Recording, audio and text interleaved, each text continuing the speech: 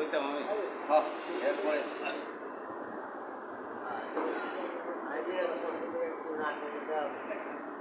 আসসালামু আলাইকুম ওয়া রাহমাতুল্লাহি ওয়া বারাকাতুহু। ওয়াজ হইনা কি বিরক্ত হইতেছে? হ্যাঁ, ওয়াজ হইনা বিরক্ত হইতেছে?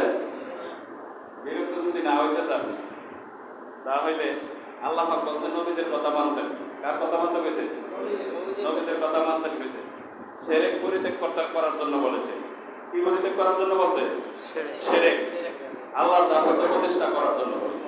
নাকি এতক্ষণ যা বলছে এটি তো বলছে না অন্য কিছু বলছে? এখন নবীর কথা মানবেন কারা কারা? নবীর কথা কারা কারা মানবেন? নবীর কথা মানবেন। যদি নবীর কথা মানতে চান তাহলে যে যতক্ষণ পর্যন্ত ইন্নী জাইলুন ফিল আরদি খলিফা প্রতিনিধির দায়িত্ব বুঝে না নেবেন ততক্ষণ পর্যন্ত আপনি মুসলমান হতে পারবেন না। পারবেন? প্রতিনিধির দায়িত্ব বুঝে নিতে হবে আপনাকে। আপনার কাজ কি? আপনাকে কি জন্য পাঠাইছে? আপনি বলেন নামাজ পড়তেছেন, ইন্না সালাতা তানহা আনিল ফাহশাই ওয়াল মুনকার। নামাজের মধ্যে আপনাকে ভাষা কাজ থেকে ফিরাবে। নামাজের মাধ্যমে আপনার নিজের ভালো হবে। যাকাত দিবেন, সম্পদের মনে করেন কি পবিত্রতা অর্জন হবে। ওষুধ দিবেন, ফসলের এই আদায় হবে। আপনি লাইসাল বিরু আন তুআল্লু উজুহাকুম কিবিলাল মাশরিক ওয়াল মাগরিবু ওয়ালাকিন্নাল বিরু মান আমানা বিল্লাহ। আপনি মনে করেন কি ইসলামের 6টা কাজ করছেন, এর মধ্যে কল্যাণ নিহিত নয়। কল্যাণ নিহিত কি এর মধ্যে? দিন প্রতিষ্ঠার কাজের মধ্যে। কি এর মধ্যে? দিন প্রতিষ্ঠার কাজের মধ্যে। যতক্ষণ পর্যন্ত আপনাকে শিরককে বর্জন করতে পারবেন না ততক্ষণ পর্যন্ত আপনি মুসলমান হতে পারবেন না। পারবেন? এই জন্য শিরক বন্ধ করা লাগবে। শিরক হচ্ছে সমস্ত ক্ষমতার উৎস। যারা বলে জনগণ তারাই শিরক করে। এই পর্যন্ত আপনারা যত দলকে ভোট দিয়েছেন, লেনিন কালমার্ক্সের সংবিধানেরা, জাতীয়তাবাদ, ধর্মনিরপেক্ষ মতবাদ, এই সমস্ত মতবাদকে যারা ভোট দিয়ে তারা নামাজ করবে, রোজা করবে, হজ করবে, তাদের কোনো কিছু কবুল হবে না। এটা ঠিক কিনা বলেন? এটা ঠিক। এই জন্য আমরা এই সমস্ত মতবাদকে দূর করে বাংলাদেশ জামাত ইসলামীকে সমস্ত ক্ষমতার উৎস আল্লাহকে এবং আল্লাহকে আমরা মেনে আমরা সেই সংবিধানকে আগামী সংসদে রাসূল সাল্লাল্লাহু আলাইহি ওয়াসাল্লামের ব্যক্তি জীবন, পারিবারিক জীবন, সামাজিক জীবনকে আমরা চাই কিনা বলেন?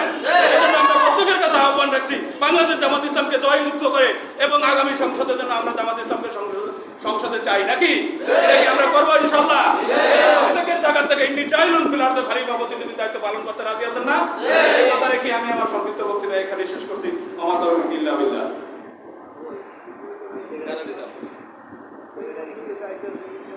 এরবারে এন্তনা কোন দেই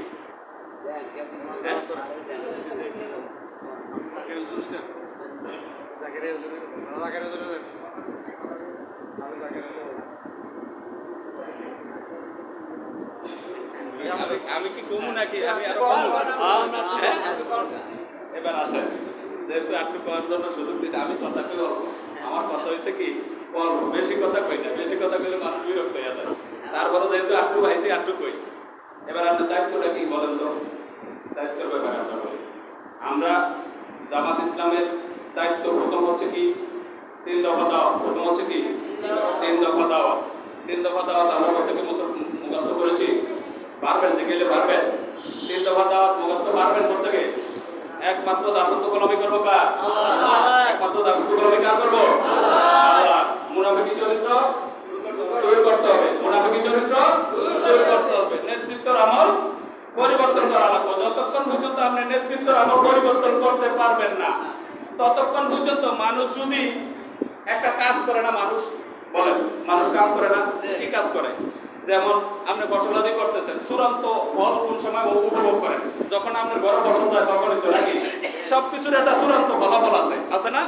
আমাদের চূড়ান্ত ফলাফল কোথায়? নেতৃত্বের আমল পরিবর্তন করে যতক্ষণ পর্যন্ত আমরা সরকার গঠন করতে পারবো না ততক্ষণ পর্যন্ত আমাদের আন্দোলনের চূড়ান্ত ফলকে আমরা পাবো? চূড়ান্ত ফল পাবো? এই জন্য চূড়ান্ত ফল পাওয়া হচ্ছে কোথায়? নেতৃত্বের আমল পরিবর্তন করা।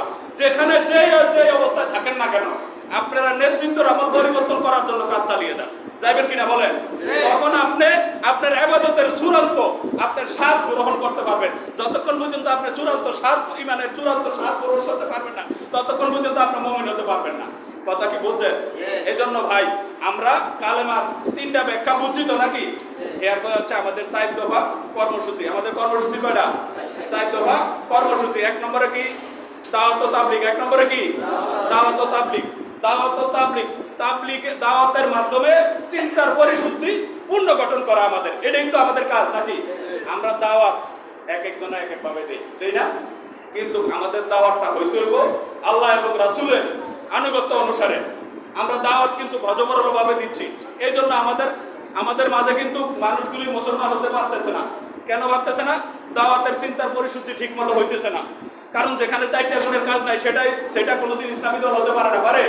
4টা গুণের কাজ লাগে। ওয়াল আযরিনাল ইনসান লাফি খুস ইল্লাল্লাযিনা আমানু ওয়া আমিলুস সলিহাতি ওয়া তাওয়াসাউ বিল হাক্কি ওয়া তাওয়াসাউ বিস সাবরি। এই 4টা গুণ ছাড়া কেউ মুসলমান হতে পারবেন না। এই 4টা গুণ দিয়ে কেউ দাওয়াত দেয় না। এই 4টা গুণ দিয়ে কেউ মনে করেন কি দাওয়াতের পথে মানুষকে ডাকে না। উদউ ইলা সাবিলি রাব্বিকা বিল হিকমা। এই হিকমত ছাড়া কেউ মানুষকে আল্লাহর দিকে ডাকে না, দাওয়াত দেয় না। এই জন্য মানুষগুলি কি মুসলমান হতে পারে না। ভাই একটা জিনিস চিন্তা করেন, ওয়ালা তামুতুন্না ইল্লা ওয়া আনতুম মুসলিমুন। মুসলমান না হয়ে কবর যাইতে নিষেধ করেছে। আপনি একটা জিনিস চিন্তা করে দেখেন যে আপনার 100 বছরের জীবন, কত বছরের জীবন? 100 বছরের জীবন। 100 বছর পরে আপনার বডির কাজ এমনি বন্ধ হয়ে যাবে।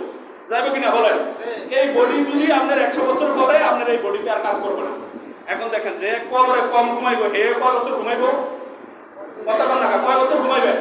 এবার দেখেন আপনি কবরের যদি কথা মনে করেন, আপনি ফজর থেকে জোহর, জোহর থেকে আসর, আসর থেকে মাগরিব, মাগরিব থেকে এশা, এশার থেকে আবার ফজর পর্যন্ত সাজা ভোগ করবেন।